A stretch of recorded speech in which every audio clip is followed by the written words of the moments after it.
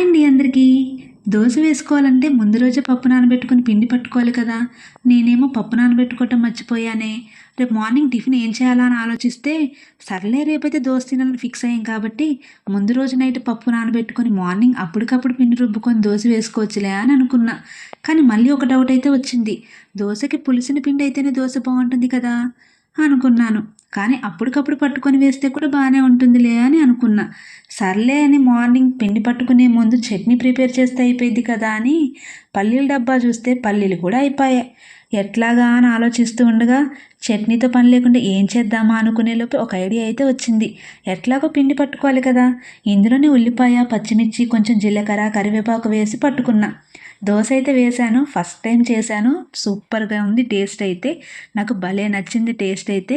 అసలు ఎంత బాగుందంటే చట్నీతో పని లేకుండా అంత బాగుంది. మీరు కూడా ట్రై చేయండి మరి. ఏమంటారు ఫ్రెండ్స్?